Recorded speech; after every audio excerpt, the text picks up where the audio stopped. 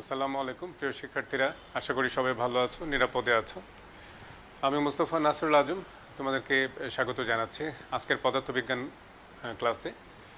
আজকে আমরা আলোচনা করব পদার্থবিজ্ঞান দ্বিতীয় পত্রের তড়িৎ চুম্বকীয় আবেশ ও পরিবর্তী প্রবাহ।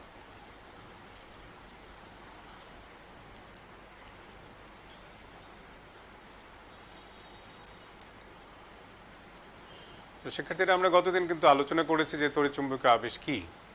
তোমাদের নিশ্চয় মনে আছে যে বিজ্ঞানী ফ্যারাডে সেই এক্সপেরিমেন্টের কথা, যে কোনো কুণ্ডলীর দিকে গতিশীল চুম্বক বা চুম্বকের দিকে গতিশীল কুণ্ডলী, অর্থাৎ চুম্বক এবং কুণ্ডলীর আপেক্ষিক গতি এবং মুখ্য কুণ্ডলীতে তড়িৎ প্রবাহের পরিবর্তনের ফলে গৌণ কুণ্ডলীতে যে প্রক্রিয়ায় তড়িৎ প্রবাহ বা তড়িৎচালক শক্তি সৃষ্টি হয় তাকে আমরা বলি তড়িৎ চুম্বকীয় আবেশ। তো আমরা গতদিন ফ্যারাডের দ্বিতীয় সূত্র এবং তার গাণিতিক রূপ দেখেছিলাম। আজকে আমরা দেখব যে লেঞ্জের সূত্র। তো প্রিয় শিক্ষার্থীরা, লেঞ্জের সূত্রে আমরা প্রথমে আলোচনা করছি যে লেঞ্জের সূত্রটা কি। তোমাদের স্ক্রিনে লেঞ্জের সূত্রটা দেখতে পাচ্ছ। তোমরা খেয়াল করো যে যে কোনো তড়িৎ চুম্বক আবেশের ক্ষেত্রে আবিষ্ট তড়িৎচালক শক্তি বা প্রবাহের দিক এমন হয় যে তা যে কারণে সৃষ্টি হয় আবিষ্ট তড়িৎচালক বল সেই কারণকেই বাধা দেয়। খেয়াল করো, বেশ মজার একটা সংজ্ঞা। অর্থাৎ আবিষ্ট তড়িৎচালক শক্তি যে কারণে সৃষ্টি হয় সেই কারণকেই বাধা দেয়।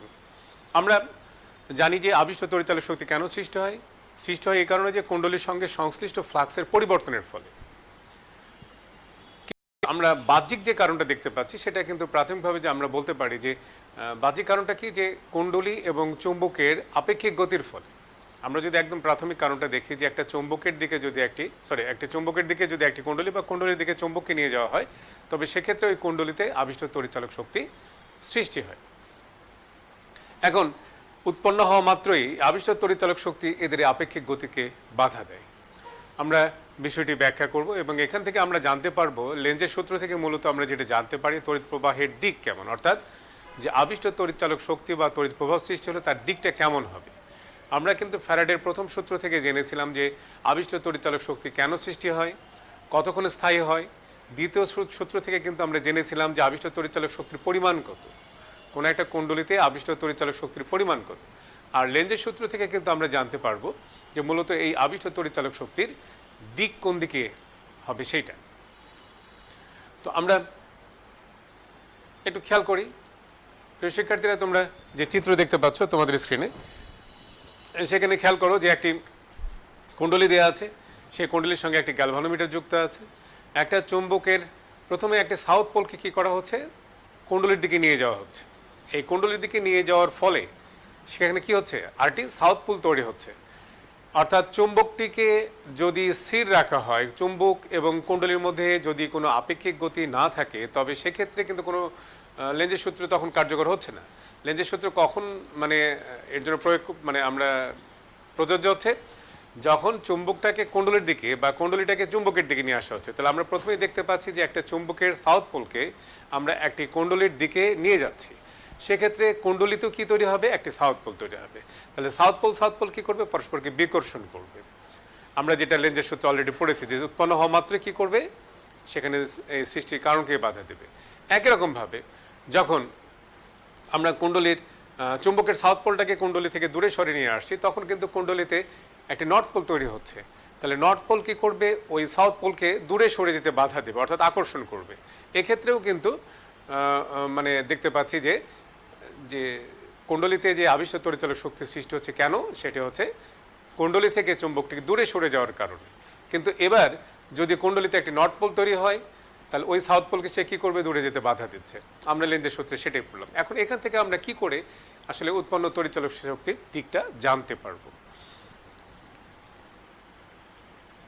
একই রকম চিত্র শিক্ষার্থীরা তোমরা খেয়াল করো, যেখানেও কি দেখানো হচ্ছে, একটা কুণ্ডলীর দিকে একটা চুম্বকের নর্থ পোলকে নিয়ে যাওয়া হচ্ছে। ফলে কি হচ্ছে, কুণ্ডলীর ওই প্রান্তে, যে প্রান্তের দিকে চুম্বকটা রয়েছে, ওই প্রান্তে কি তৈরি হচ্ছে, একটি নর্থ পোল তৈরি হচ্ছে।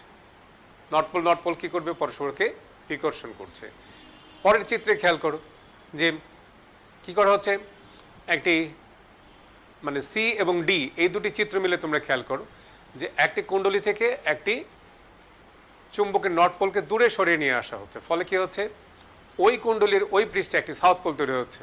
এই সাউথ পোল কি করছে, ওই নর্থ পোলকে আকর্ষণ করে দূরে যেতে বাধা দিচ্ছে। অর্থাৎ কুণ্ডলীর দিকে আমরা সাউথ পোলকে নিয়ে যাই বা নর্থ পোলকে নিয়ে যাই বা দূরে নিয়ে আসি, উভয় ক্ষেত্রে কি হবে, বাধার সৃষ্টি হবে। এখন এখান থেকে আমরা আসলে উৎপন্ন তড়িৎচালক শক্তি বা তড়িৎ প্রবাহের দিকটা কেমন করে নির্ণয় করতে পারি। আমরা এই ক্ষেত্রে একটু জেনে নিই যে সলিনয়েডের ক্ষেত্রে ডান হস্ত নিয়ম। শিক্ষার্থীরা তোমরা দেখতে পাচ্ছ যে সলিনয়েড, একটি সলিনয়েড দেখানো হচ্ছে এখানে। আমরা ডান হস্তটা প্রয়োগ করে আমরা দেখি যে কী হচ্ছে। তাহলে কোনো কুণ্ডলিতে বা কোনো সলিনয়েডে যদি তড়িৎ প্রবাহের দিক আমরা ডান হাতটা প্রসারিত করে আমরা ডান হাতের আঙ্গুলগুলো যে অন্য বৃদ্ধাঙ্গুল একদিকে রাখলাম, অন্যান্য আঙ্গুলগুলো সোজা রাখলাম, যদি ওই কুণ্ডলিটাকে আমরা যদি এভাবে হাতটা দিয়ে জড়িয়ে ধরি, আমাদের এই বৃদ্ধাঙ্গুলি বাদে বাকি 4টা আঙ্গুল যদি তড়িৎ প্রবাহের দিক নির্দেশ করে, তাহলে বৃদ্ধাঙ্গুলি যেদিকে নির্দেশ করবে সলিনয়েডের ওই প্রান্তে হবে নর্থ পোল আর অপর প্রান্তে হবে সাউথ পোল। খেয়াল করো, আমি আবার দেখাচ্ছি। আমাদের যদি এটা একটি সলিনয়েড হয়ে থাকে তাহলে আমরা হাত প্রসারিত করলাম, ডান হাত অবশ্যই, সেক্ষেত্রে বৃদ্ধাঙ্গুলি একদিকে থাকলো, বাকি 4টা আঙ্গুল একদিকে থাকলো। এখন কুণ্ডলীর ভিতর দিয়ে তড়িৎ প্রবাহ হবে হয় এইভাবে, না হলে বিপরীত দিকে। তো যেভাবে দেখেন আমরা কি করব, তড়িৎ প্রবাহের দিকে আমরা 4টা আঙ্গুলকে দিয়ে দিব। যদি এটি তড়িৎ প্রবাহের দিক হয় তাহলে বৃদ্ধাঙ্গুলি যেদিকে থাকবে সেদিকে হবে নর্থ পোল, বিপরীত দিকে হবে সাউথ পোল। আমরা উল্টোভাবে বলতে পারি, তাহলে কোনো কুণ্ডলীতে যদি বৃদ্ধাঙ্গুলি আমরা নর্থ পোল যেখানে তৈরি হচ্ছে, তাহলে নর্থ পোলের সঙ্গে যদি বৃদ্ধাঙ্গুলি মিলিয়ে দিই তাহলে আমরা বলতে পারি ওই কুণ্ডলীতে তড়িৎ প্রবাহ হচ্ছে কোন দিকে, বাকি 4টে আঙ্গুলের দিকে। আমরা কিন্তু লেন্জের সূত্রের ক্ষেত্রে এভাবেই কিন্তু প্রয়োগ করছি। আবারও বলছি, যখন আমরা একটি মনে করো যে এটা একটি চুম্বক, এই চুম্বকের নর্থ পোলকে আমরা কি করছি, একটি সলিনয়েডের দিকে এগিয়ে নিয়ে আসতেছি, ফলে কি হবে, এখানেও একটি নর্থ পোল তৈরি হবে। তাহলে এই নর্থ পোলের সঙ্গে আমরা কি করলাম, বৃদ্ধাঙ্গুলিকে মিলিয়ে দিলাম এবং 4টে আঙ্গুল দিয়ে আমরা সলিনয়েডকে জড়িয়ে ধরলাম। তাহলে সেক্ষেত্রে এই যে বাকি 4টা আঙ্গুলের যে ডিরেকশন, এটাই হবে কি ওই কুণ্ডলীর ভিতরে তড়িৎ প্রবাহের ডিরেকশন। আবার উল্টোভাবে যদি আমরা নর্থ পোলটাকে চুম্বকের কাছ থেকে দূরে সরিয়ে নিয়ে যাই, তাহলে এক প্রান্তে কি তৈরি হবে, south pole. South pole north পোলকে আকর্ষণ করবে। এবার আমরা তাহলে এ প্রান্তে সাউথ পোল এবং এই যে আঙ্গুলগুলো তাহলে কি নির্দেশ করছে, কুণ্ডলীর ভিতরে তড়িৎ প্রবাহের দিক নির্দেশ করছে। অর্থাৎ এবার তড়িৎ প্রবাহ পরিবর্তন হয়ে যাবে। তাহলে আমরা এভাবেই লেন্জের সূত্রের সাহায্যে কোনো কুণ্ডলীতে উৎপন্ন তড়িৎচালক শক্তির দিক নির্ণয় করতে পারি। আমি তোমাদেরকে একটু চিত্র এঁকে দেখাচ্ছি মনে রাখার জন্য সহজ। যে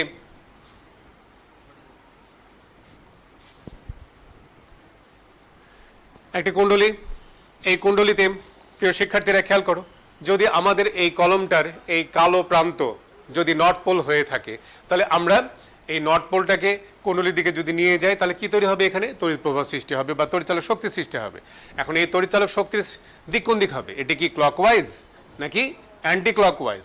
তাহলে আমরা কি করতে পারি, আমরা যখন এই নর্থ পোলটাকে চুম্বক কুণ্ডলীর দিকে নিয়ে যাচ্ছি, তাহলে এই প্রান্ত কুণ্ডলীর প্রান্ত কি তৈরি হবে, একটি নর্থ পোল তৈরি হবে। তাহলে নর্থ পোল তৈরি হলে সেক্ষেত্রে প্রবাহ কোন দিকে হবে, আমরা জানি যে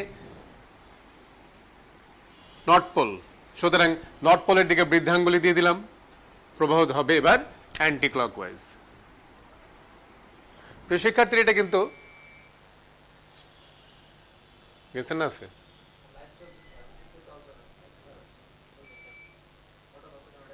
চালিয়ে যাব, আমি চালিয়ে যাব না, আচ্ছা ওকে। তাহলে সেক্ষেত্রে এখানে নর্থ পোল। এখন প্রিয় শিক্ষার্থীরা মনে রাখার জন্য দেখো, কুণ্ডলীর যদি এখানে নর্থ পোল হয় তাহলে আমরা নর্থ,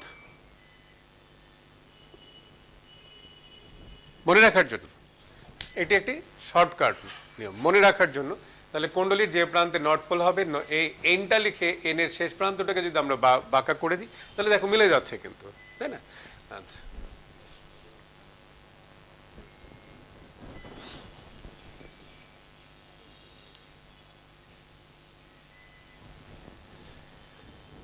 তো প্রিয় শিক্ষার্থীরা এবার যদি আমরা এখানে একটি সাউথ পোল, অর্থাৎ এবার যদি নর্থ পোলটাকে তো আমরা কাছে নিয়ে গেলাম, এবার চুম্বকের কাছ থেকে আমরা এই কুণ্ডলীর কাছ থেকে চুম্বকটাকে আমরা দূরে সরিয়ে নিয়ে আসছি, চুম্বকের নর্থ পোলটাকে দূরে সরিয়ে নিয়ে আসছি। তাহলে যখন সরিয়ে নিয়ে আসবো তখন কুণ্ডলীর এই প্রান্তে কি তৈরি হবে, একটি সাউথ পোল তৈরি হবে। তাহলে সাউথ পোল তৈরি হলে সেক্ষেত্রে তড়িৎ প্রবাহ কেমন হবে সেটি আমরা জানতে চাই।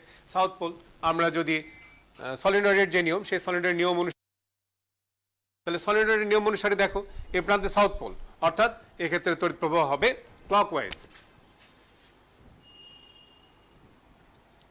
অর্থাৎ সলিনয়েড থেকে আমরা যখনই নর্থ পোলকে দূরে সরিয়ে নিয়ে আসবো তখন এখানে তৈরি হবে একটি সাউথ পোল, আর সাউথ পোল তৈরি হওয়া মানে এখানে প্রবাহ চলবে তড়িৎ ক্লকওয়াইজ। আমরা এটাও কিন্তু মনে রাখার জন্য একটি শর্টকাট নিয়ম আছে, প্রিয় শিক্ষার্থীরা খেয়াল করো। S south pole, S south pole, তাহলে এসটাকে লিখে আমরা যদি তার শেষ প্রান্তটাকে ঘুরে দিই তাহলে কোন একটা কুণ্ডলীতে তড়িৎ প্রবাহের দিক জানতে পারি লেন্জের সূত্র জানা। আমি আর একটু বলে নিই যে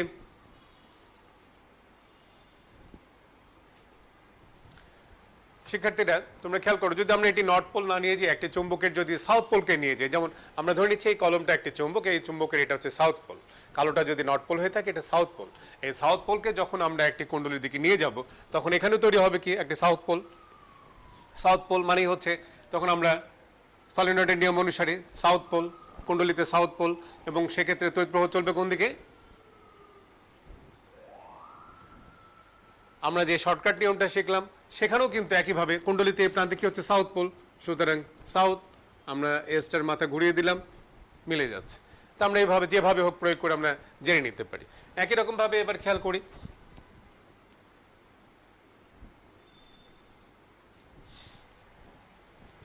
আমরা চুম্বকের সাউথ পোলটাকে এবার কুণ্ডলীর কাছ থেকে দূরে সরে নিয়ে আসছি, তাহলে এখানে কি তৈরি হবে? নর্থ পোল তৈরি হবে। সলিনয়েডের ডান হস্ত নিয়ম অনুসারে নর্থ পোল, অর্থাৎ আমরা বৃদ্ধাঙ্গুলির সঙ্গে নর্থ পোলটাকে মিলিয়ে নিলাম, তাহলে এবার কুণ্ডলীর মধ্যে তৈরি হবে যে তড়িৎ প্রবাহ তার ডিরেকশন হবে অ্যান্টি ক্লকওয়াইজ। আমরা যে শর্টকাট নিয়ম শিখেছি সেই শর্টকাট নিয়ম অনুসারে আমরা এখানে লিখে দিতে পারি এখানে নর্থ পোল, সুতরাং এভাবে আমরা কোনো কুণ্ডলীতে আবিষ্ট তড়িচালক শক্তির দিক জানতে পারি।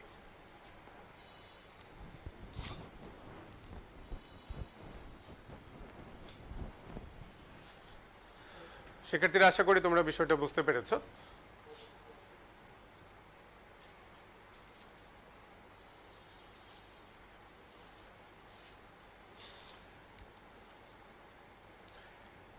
বিষয়টাকে আরো পরিষ্কার করার জন্য তোমাদের সামনে আমি একটি ভিডিও উপস্থাপন করছি, একটি অ্যানিমেটেড ভিডিও।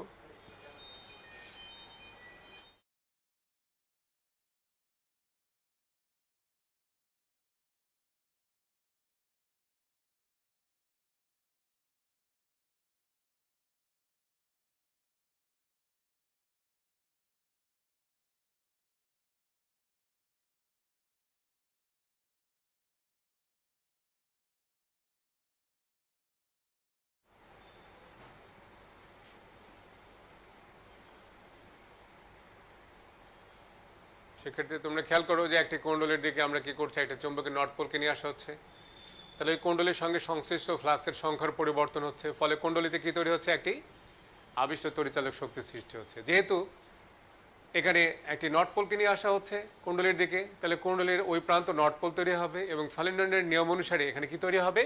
তড়িৎ প্রবাহটা চলবে কোন দিকে? তড়িৎ প্রবাহ চলবে, দেখো এখানে যেটা দেখানো হচ্ছে, মিলে যাচ্ছে কিনা দেখো। হ্যাঁ,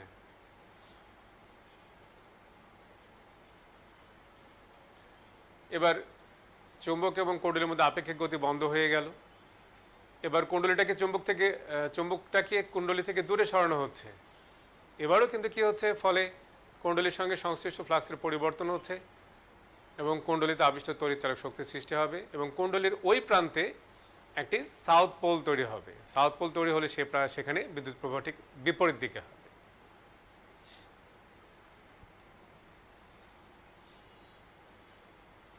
তোমরা বাসায় আমরা যে ডানহস্ত নিয়ম শিখেছি সলিনয়েডের, সেটার সঙ্গে মিলিয়ে দেখবে, বা শর্টকাট নিয়ম সেটার সঙ্গে মিলিয়ে দেখে নেবে, নিজেরা মিলে দেখার চেষ্টা করবে, কারণ এই বিষয়টি পরিষ্কার হওয়া অত্যন্ত জরুরি বিষয়।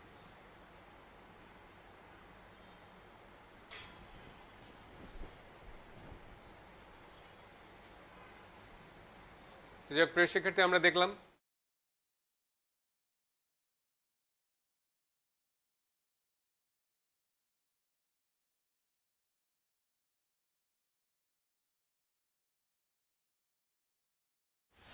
যে এখানে যে কুণ্ডলিতে কোনো তড়িৎচালক উৎস যুক্ত করা না থাকা সত্ত্বেও কুণ্ডলিতে তড়িৎ প্রবাহ সৃষ্টি হচ্ছে কিভাবে এবং এটি সম্ভব, তাহলে কি শক্তির কোনো সৃষ্টি হচ্ছে, শক্তির সৃষ্টি হতে পারে? আসলে কিন্তু তা নয়। এখানে যেটা হচ্ছে যে এই যে কুণ্ডলী এবং চুম্বক এদের মধ্যে আপেক্ষিক গতি বজায় রাখার কারণে বাইরের কোনো না কোনো শক্তিকে কিছু কাজ করতে হচ্ছে, তাই নাকি? আমরা তো জানলাম যে লেন্জের সূত্র থেকে যখনই একটি কুণ্ডলী বা একটি চুম্বক তাদের মধ্যে আপেক্ষিক গতি থাকে তখনই কি হয়, সেখানে আবিষ্ট তড়িৎচালক শক্তির সৃষ্টি হয়। কিন্তু একটি চুম্বককে যখনই কুণ্ডলীর দিকে নিয়ে যাওয়া হয় তখন সেখানে কি হয়, বাধা সৃষ্টি হয়। এখন এই বাধাকে অতিক্রম করে যাওয়ার জন্য বাইরের কোনো এজেন্টকে কিছু না কিছু কাজ করতে হয়। এই কাজটাই কুণ্ডলীতে আবিষ্ট তড়িৎচালক শক্তি হিসেবে রূপান্তরিত হচ্ছে। আবার একই রকমভাবে চুম্বকটাকে যখন কুণ্ডলী থেকে দূরে সরে নিয়ে আসা হচ্ছে তখনও কি বাধার সৃষ্টি হয়, এবং এই বাধাকে অতিক্রম করার জন্য বাইরের এজেন্টকে কোনো না কোনো কাজ করতে হয়। এই কাজ যার সমপরিমাণ শক্তি কি হচ্ছে, কুণ্ডলীতে আবিষ্ট তড়িৎচালক শক্তি হিসেবে সৃষ্টি হচ্ছে। সুতরাং অবশ্যই এখানে শক্তি সৃষ্টি হচ্ছে না, কি হচ্ছে, এক প্রকার শক্তি আরেক প্রকার শক্তিতে রূপান্তরিত হচ্ছে। অর্থাৎ লেন্জের সূত্র শক্তির নিত্যতার সূত্র মেনে চলে। তো শিক্ষার্থীরা এবার আমরা পড়বো যে আবেশ, স্বকীয় আবেশ। আবেশ দুই প্রকার, একটি হচ্ছে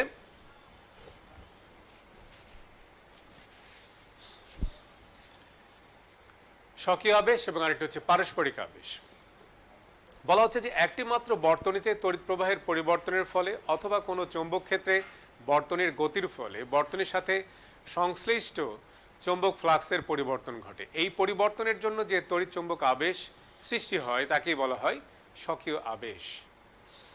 তাহলে একটি মাত্র কুণ্ডলী, এই কুণ্ডলীতে কিন্তু উৎস যুক্ত থাকবে, যুক্ত থাকতে পারে বা থাকবে। ওই কুণ্ডলীতে তড়িৎ প্রবাহের পরিবর্তন যদি ঘটে তাহলে কি হবে, ওই কুণ্ডলীতে এক ধরনের আবিষ্ট তড়িৎচালক শক্তির সৃষ্টি হয়, যেটি উৎসের জন্য তো এক প্রকার তড়িৎচালক শক্তি থাকেই, কিন্তু ওই কুণ্ডলীতেই আবার এক ধরনের আবেশ সৃষ্টি হয়। ওই আবেশের জন্য কি হয়, আরেকটি তড়িৎচালক শক্তির সৃষ্টি হয়। এই যে তড়িৎচালক শক্তির সৃষ্টি হওয়ার যে বিষয়টি, একে বলা হয় স্বকীয় আবেশ। কিভাবে ঘটে আমরা একটু দেখি সেটা।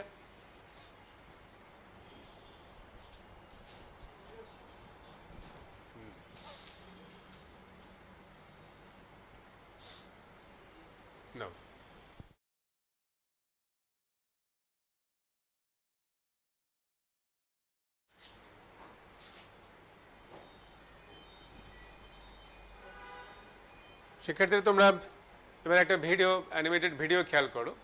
এখানে একটি কুণ্ডলী দেখানো হচ্ছে। এই কুণ্ডলীর ভিতরে তড়িৎ প্রবাহ সৃষ্টি হলে কি হচ্ছে, এখানে ফ্লাক্সের সৃষ্টি হচ্ছে, এবং প্রবাহের প্রথম দিকে ফ্লাক্স সংখ্যা বাড়তে থাকে, বেড়ে প্রবাহ ফিক্সড হয়ে গেলে ফ্লাক্সের সংখ্যাও ফিক্সড হয়ে যায়। প্রবাহ যখন একদম বন্ধ হয়ে যায় তখন কি হয়, তখন আবার ফ্লাক্সের সংখ্যা কমে আগের পর্যায়ে চলে আসে।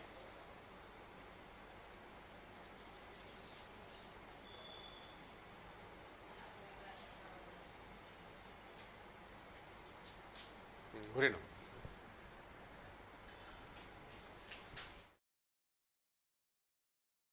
আমি সেটাই তোমাদেরকে দেখানোর চেষ্টা করছি যে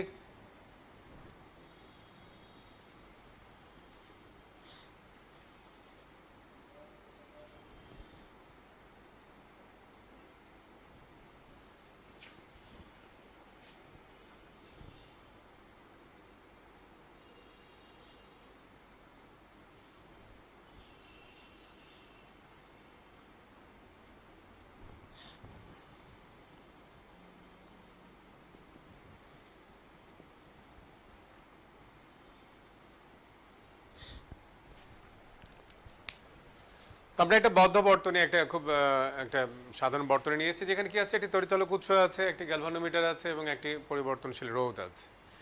তো আমরা পরিবর্তনশীল রোধের প্রাথমিকভাবে কোনো পরিবর্তন করাচ্ছি না। আমরা এখানে একটি চাবি আমরা দিয়ে দিই।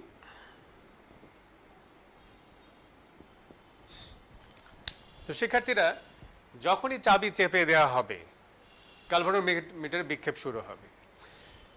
কিন্তু গ্যালভানোমিটারের ধরে নাও যে এইখানে বর্তনীতে 10 অ্যাম্পিয়ার প্রবাহ চলবে, এখানে যে সর্বোচ্চ যে প্রবাহ চলবে তার মান হচ্ছে 10 অ্যাম্পিয়ার। চাবি চেপে দেওয়ার সঙ্গে সঙ্গেই কিন্তু 10 অ্যাম্পিয়ার প্রবাহ গ্যালভানোমিটারে পাওয়া যাবে না। চাবি চেপে দিলে প্রবাহের মান 0 থেকে শীর্ষে পৌঁছাতে কিছুটা সময় লাগবে। অর্থাৎ যখন এই প্রবাহের মান পরিবর্তিত হবে তখন উৎপন্ন যে তড়িৎ বলরেখা তার সংখ্যাও তার পরিমাণও কি চেঞ্জ হতে শুরু করবে, এবং সেই বলরেখাগুলোর মধ্যে যে বলরেখাগুলো এই কুণ্ডলীর ভেতর দিয়ে অতিক্রম করবে তাকে আমরা কি বলবো, এই কুণ্ডলীর সঙ্গে সংশ্লিষ্ট ফ্লাক্স। সুতরাং চাবি চেপে দেওয়ার পর প্রবাহের মান 0 থেকে শীর্ষে পৌঁছাতে তড়িৎ বলরেখার সংখ্যাও চেঞ্জ হবে এবং এই কুণ্ডলীর সঙ্গে সংশ্লিষ্ট ফ্লাক্সের পরিমাণও চেঞ্জ হবে। ঠিক সেই কারণেই আমরা তো জানি যে কোনো কুণ্ডলীর সঙ্গে সংশ্লিষ্ট ফ্লাক্সের পরিবর্তন হলেই সেখানে কি হয়, আবিষ্ট তড়িৎচালক শক্তির সৃষ্টি হয়। তখন কি হবে, এই কুণ্ডলীর ভিতরে একটা আবিষ্ট তড়িৎচালক শক্তির সৃষ্টি হবে। প্রবাহের মান শীর্ষ মানে পৌঁছে গেল, ধরে নাও যে 10 অ্যাম্পিয়ার হয়ে গেল, প্রবাহ স্টেডি হয়ে গেল, সেক্ষেত্রে কি হবে, ফ্লাক্সের সংখ্যাও নির্দিষ্ট হয়ে যাবে, অর্থাৎ ফ্লাক্সের কোনো পরিবর্তন হবে না। ফ্লাক্সের সংখ্যা নির্দিষ্ট হয়ে যাওয়া মাত্রই আবিষ্ট তড়িৎচালক শক্তি নাই হয়ে যাবে, অর্থাৎ সেটি আর থাকবে না। তখন শুধুমাত্র কোন তড়িৎচালক শক্তি থাকবে, এই উৎসের জন্য যে তড়িৎচালক শক্তি সেটিই থাকবে। তাহলে আমরা যেটা দেখতে পারলাম যে কোনো একটা কুণ্ডলীতে তড়িৎ প্রবাহের পরিবর্তনের ফলে কুণ্ডলীর ভেতরে যে তড়িৎচালক শক্তি সৃষ্টি হয়, যে প্রক্রিয়ায় যে তড়িৎচালক শক্তি সৃষ্টি হয়, এই প্রক্রিয়াকে আমরা বলি স্বকীয় আবেশ। একই রকম ঘটনা, যদি আমরা চাবি বন্ধ করে দিই প্রবাহের মান কিন্তু এক ঝটকায় শূন্যতে নেমে আসবে না, কি হবে, শীর্ষ মান থেকে পর্যায়ক্রমে নেমে শূন্যতে হবে, অল্প সময় হলো সেটি হবে। তাহলে এই শীর্ষ মান থেকে শূন্য মানে নেমে আসতে আসতে সেক্ষেত্রে কি হবে, তড়িৎ বলরেখার সংখ্যা চেঞ্জ হবে, কুণ্ডলীর সঙ্গে সংশ্লিষ্ট ফ্লাক্সের সংখ্যা চেঞ্জ হবে, আর কুণ্ডলীর সঙ্গে সংশ্লিষ্ট ফ্লাক্সের সংখ্যা চেঞ্জ হওয়া মাত্রই কি হবে, কুণ্ডলীতে আবার আবিষ্ট তড়িৎচালক শক্তির সৃষ্টি হবে, এবং এইটাও কিন্তু স্বকীয় আবেশ। সুতরাং আমরা চাবি যখন বন্ধ করি, অর্থাৎ সুইচ যখন অন করি বা অফ করি, ঠিক সেই মুহূর্তগুলোতে এই কুণ্ডলীর ভিতরে আবিষ্ট তড়িৎচালক শক্তি বা মানে স্বকীয় আবেশ দেখা যায়।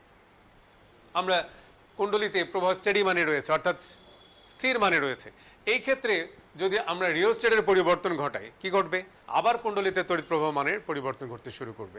সেই মুহূর্তেও কিন্তু তখনও কিন্তু কি হবে, কুণ্ডলীর ভিতরে আবেশ প্রক্রিয়ায় আবিষ্ট তড়িৎচালক শক্তির সৃষ্টি হবে। এটাও কিন্তু স্বকীয় আবেশ। অর্থাৎ আমরা যেভাবেই দেখি না কেন, কারণটা কি, কারণটা হচ্ছে স্বকীয় আবেশের কারণটা কি, কুণ্ডলীতে তড়িৎ প্রবাহের পরিবর্তন ঘটালেই কুণ্ডলীর সঙ্গে সংশ্লিষ্ট ফ্লাক্সের পরিবর্তন হবে, এবং সেই ফ্লাক্সের পরিবর্তন হওয়া মানেই কুণ্ডলীতে আবিষ্ট তড়িৎচালক শক্তির সৃষ্টি হবে।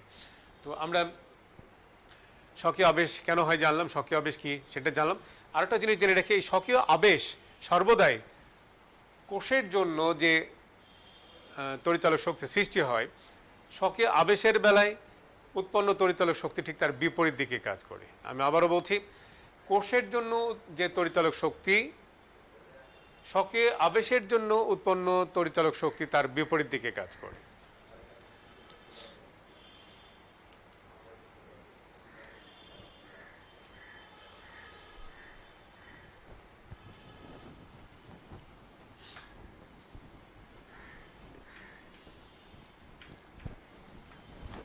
তো সেক্ষেত্রে আমরা স্বকীয় আবেশ জানলাম, এবার জানবো আমরা স্বকীয় আবেশ গুণাঙ্ক। কোনো কুণ্ডলীতে তড়িৎ প্রবাহ মাত্রা একক হারে পরিবর্তিত হলে যে আবিষ্ট তড়িৎচালক শক্তির সৃষ্টি হয় তাকে স্বকীয় আবেশ গুণাঙ্ক বলে। আবার বলছে, কোনো কুণ্ডলীতে তড়িৎ প্রবাহ মাত্রা একক হারে পরিবর্তিত হলে যে আবিষ্ট তড়িৎচালক শক্তির সৃষ্টি হয় তাকে স্বকীয় আবেশ গুণাঙ্ক বলে। শিক্ষার্থীরা এই গাণিতিক সংজ্ঞাটা মনে রাখার জন্য আমরা এর গাণিতিক ফরম্যাটে যাই। আমরা জানি যে কোনো কুণ্ডলীতে সংশ্লিষ্ট ফ্লাক্স কুণ্ডলীতে প্রবাহের সমানুপাতিক। আমি লিখে দিচ্ছি,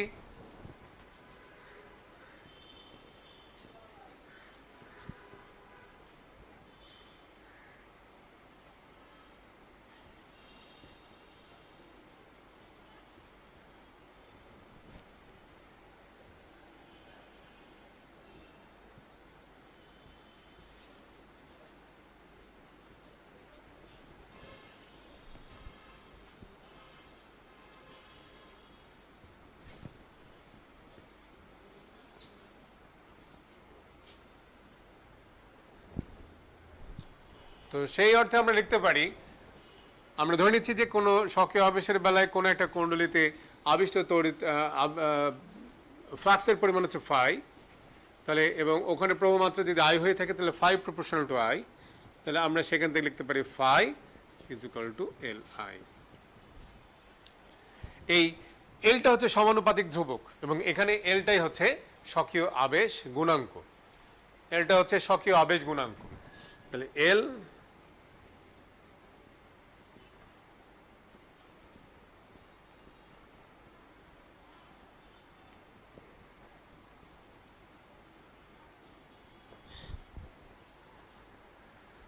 আচ্ছা, আমরা ফ্যারাডের দ্বিতীয় সূত্র অনুসারে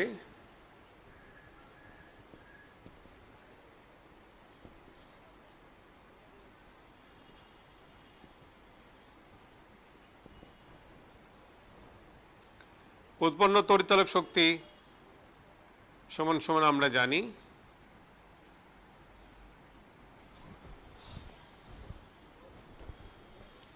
আমরা সেখান থেকেই লিখতে পারছি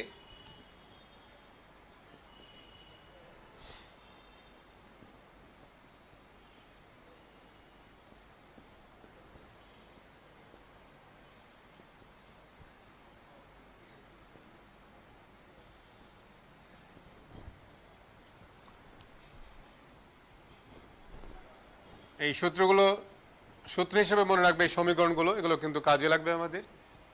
আচ্ছা, এখন কুণ্ডলিতে পাক সংখ্যা n হলে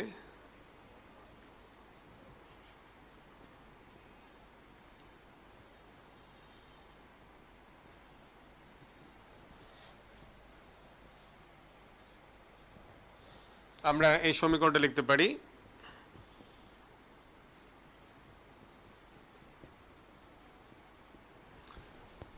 তো যাই হোক প্রিয় শিক্ষার্থীরা, আমরা যদি এখান থেকে এল এর বিষয়টি, সুতরাং আমরা যদি পাক সংখ্যা 1 ধরে নিই, পাক সংখ্যা 1 কোন এমন একটা কুণ্ডলী ধরলাম যার পাক সংখ্যা 1, তাহলে সেক্ষেত্রে n = 1 হবে। আমরা এই সমীকরণটি সেক্ষেত্রে লিখতে পারি, আমরা ঋণাত্মক চিহ্নটাকেও যদি অগ্রাহ্য করি, কারণ ঋণাত্মক চিহ্ন আমাদের ডিরেকশন জানার জন্য প্রয়োজন হয়, শুধু আমরা মান জানার জন্য, তাহলে ঋণাত্মক চিহ্নটাকে অগ্রাহ্য করলাম, n এর মান 1 ধরে নিলাম, তাহলে l = আমরা লিখতে পারি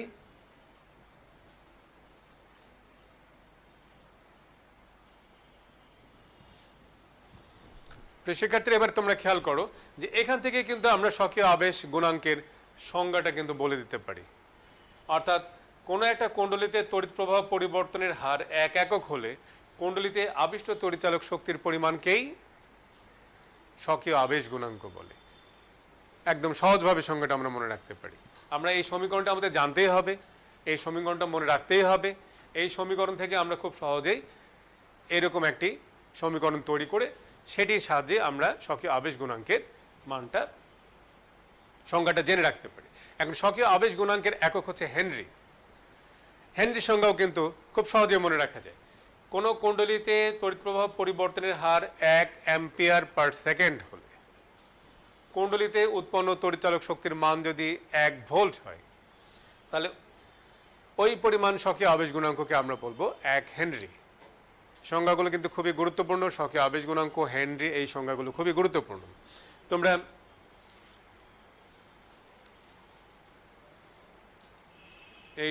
এগুলো আমরা দেখেছি।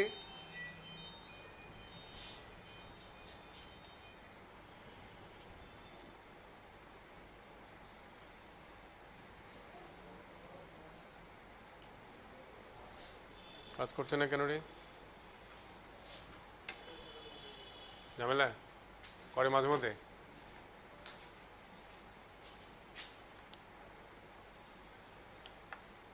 হ্যাঁ, খুলে ফেলে, ওটা দরকার নেই, রাখো।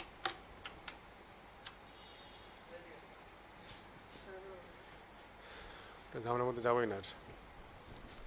তো হেনরির যে সংজ্ঞা আমি বলছিলাম, হেনরি তোমরা তোমাদের স্ক্রিনে দেখতে পাচ্ছ, হেনরির যে সংজ্ঞা, যে কোনো কুণ্ডলীতে তড়িৎ প্রবাহ মাত্রা 1 সেকেন্ডে 1 অ্যাম্পিয়ার হারে পরিবর্তিত হলে কুণ্ডলীতে 1 ভোল্ট আবিষ্ট তড়িৎচালক শক্তি সৃষ্টি হয়, তবে ওই কুণ্ডলীর স্বকীয় আবেশ গুণাঙ্ককে 1 হেনরি বলে। এই যে এখান থেকে একই রকম, অর্থাৎ আমরা স্বকীয় আবেশ গুণাঙ্কের বেলায় মানের কথা বলবো না, কতটুকু পরিমাণ সেটা বলবো না। যেমন স্বকীয় আবেশ গুণাঙ্কের বেলায় তোমরা খেয়াল করো, ছোট্ট একটু বিষয় আমরা যদি খেয়াল করি বা ভালো মতো লক্ষ্য করি এবং এভাবে মনে রাখি, তাহলে আমরা এটা সারা জীবন মনে রাখতে পারবো। এর জন্য আলাদা কোনো মুখস্থ করে রাখার আলাদা কোনো স্ট্রেস নিতে হবে না। এই সমীকরণ থেকে আমরা বলছি তড়িৎ প্রবাহ পরিবর্তনের হার 1 একক হলে উৎপন্ন তড়িৎচালক শক্তির মানকেই বলা হয় স্বকীয় আবেশ গুণাঙ্ক। কিন্তু যখন আমরা বলা হচ্ছে স্বকীয় আবেশ গুণাঙ্কের একক হেনরির সংজ্ঞা দাও, তখন আমরা বলবো একক নয়, আমরা এককটার কতখানি পরিমাণ বলে দিব। আমরা বলছি যে কোনো কুণ্ডলিতে উৎপন্ন তড়িৎচালক শক্তির মান 1 অ্যাম্পিয়ার পার সেকেন্ড হলে কুণ্ডলিতে যদি 1 ভোল্ট তড়িৎচালক শক্তি আবিষ্ট হয়, তবেই ওই কুণ্ডলিতে যে পরিমাণ স্বকীয় আবেশ সৃষ্টি হয় তার মান হচ্ছে 1 হেনরি।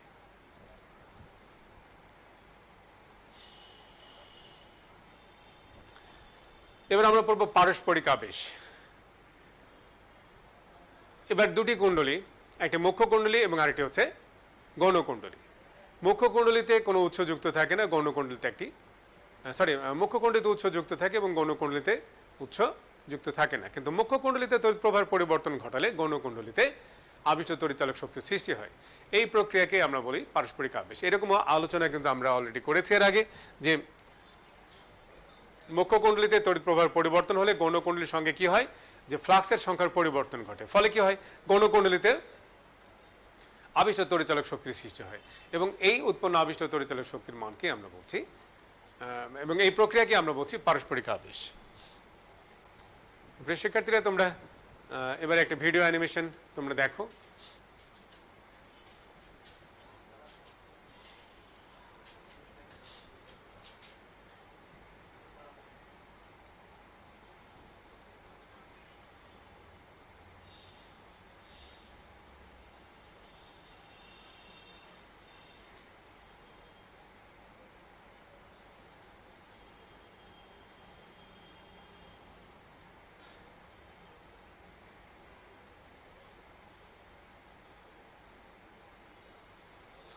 সরি, এখানে ভিডিওটির যে কোনো সমস্যার কারণে এটা শো হচ্ছে না। তো যাক, আমরা আগামী দিন দেখানোর চেষ্টা করব। প্রিয় শিক্ষার্থী, আমরা আবার স্লাইডে ফিরে আসি।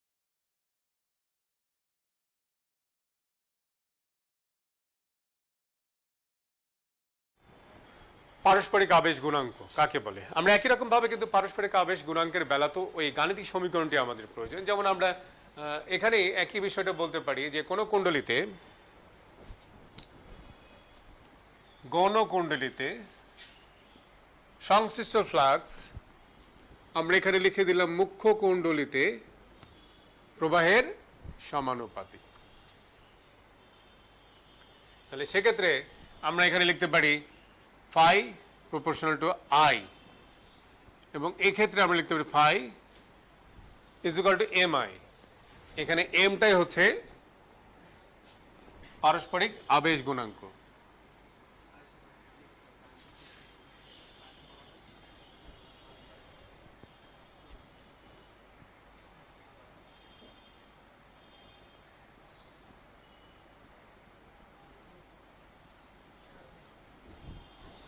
ফ্যারাডের দ্বিতীয় সূত্র সেটা একই রকম ভাবে আমরা লিখতে পারি E = minus D DT of phi.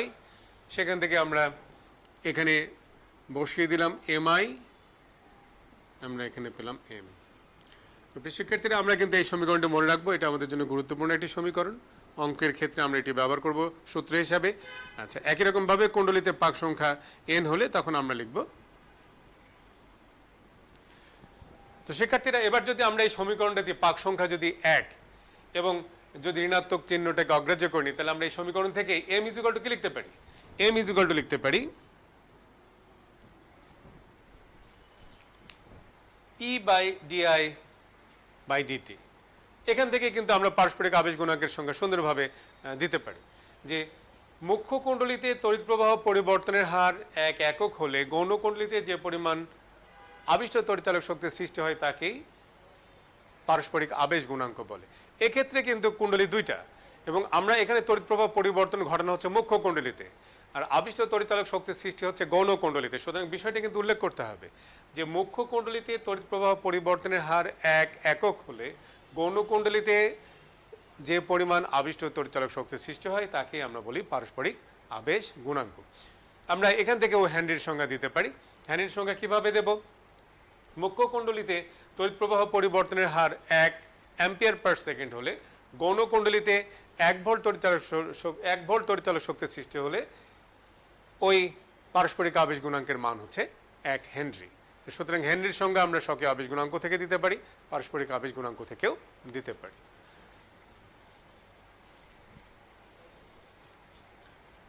স্লাইডে তোমরা যা দেখছো অলরেডি আমরা এটা দেখিয়েছি তোমাদেরকে, এবং হেনরির সংজ্ঞাও আমি তোমাদেরকে বললাম। এবার আমরা একটু কিছু গাণিতিক সমস্যা বলে দেখে নিই। প্রিয় শিক্ষার্থী, তোমরা দেখছো যে তোমাদের স্ক্রিনে প্রথমে যে গাণিতিক সমস্যাটি দেয়া আছে,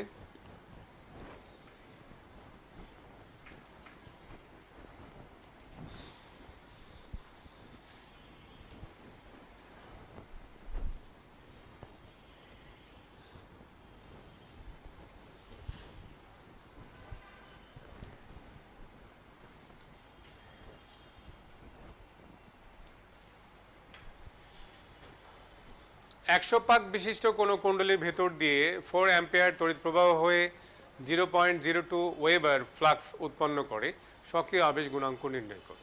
তো এক্ষেত্রে পাক সংখ্যা দেওয়া আছে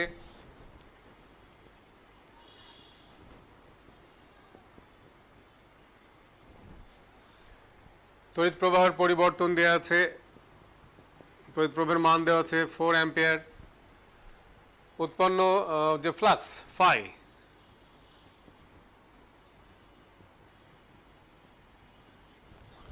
ওয়েবার দেওয়া আছে, আমাদের স্বকীয় আবেশ গুণাঙ্কের মান নির্ণয় করতে বলেছে। তাহলে সেক্ষেত্রে আমরা যে সূত্র ব্যবহার করব, আমরা জানি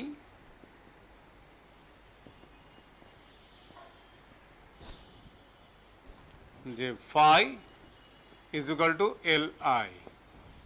একটি কুণ্ডলীর সঙ্গে সংশ্লিষ্ট ফ্লাক্সের পরিমাণ যদি ফাই হয়, তাহলে এন সংখ্যক কুণ্ডলীর সঙ্গে সংশ্লিষ্ট ফ্লাক্সের পরিমাণ হবে এন ফাই। সুতরাং আমাদের সমীকরণটা হবে N phi is equal to L I, এবং এখানে আমাদের স্বকীয় আবেশ গুণাঙ্ক এল বের করতে বলেছে। তাহলে আমরা এক্ষেত্রে L is equal to N phi by I, যেটা সমান সমান এন এর মান 100।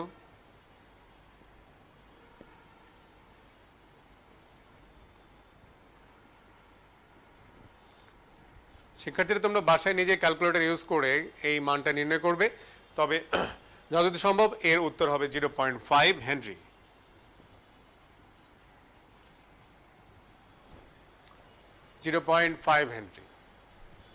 এবার আমরা দ্বিতীয় অঙ্কে চলে যাই।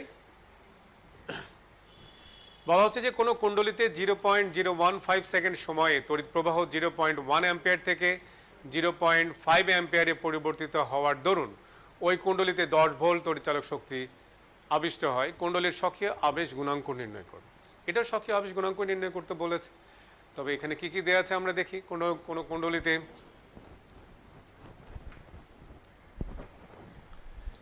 আচ্ছা দেওয়া আছে হচ্ছে যে সময় এত সময়ে, তাহলে আমরা ক্ষুদ্র সময় ডিটি, সময়ের পার্থক্য যেহেতু এটি,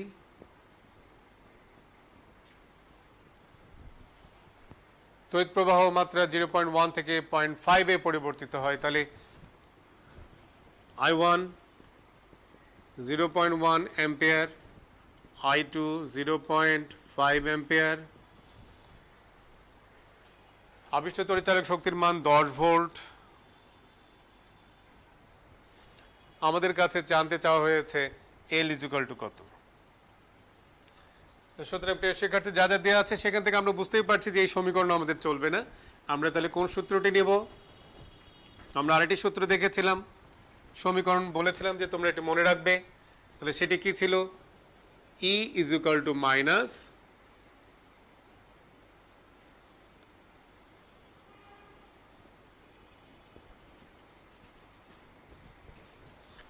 তো শিক্ষার্থী, তোমরা খেয়াল করছো এখানে এন পাক সংখ্যা দেওয়া নাই, তার সুতরাং পাক সংখ্যা আমরা ধরে নেব 1। তাহলে পাক সংখ্যা যদি 1 হয়, তাহলে সেখান থেকে আমরা লিখতে পারি যে আমাদের জানতে চাওয়া হচ্ছে এল। আচ্ছা,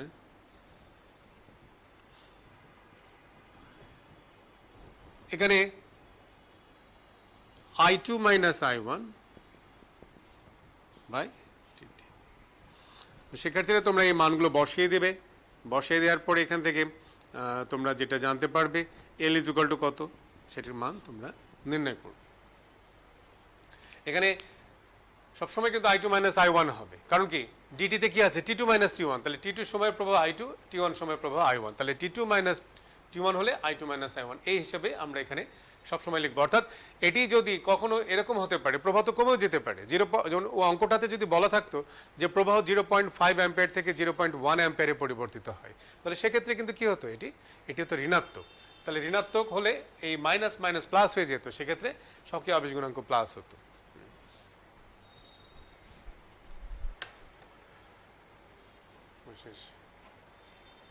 তো প্রিয় শিক্ষার্থীরা, আজকে আমরা এটুকুই জানলাম।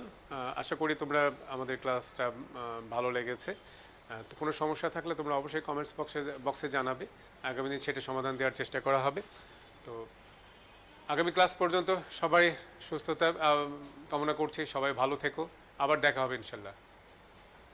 খোদা হাফেজ।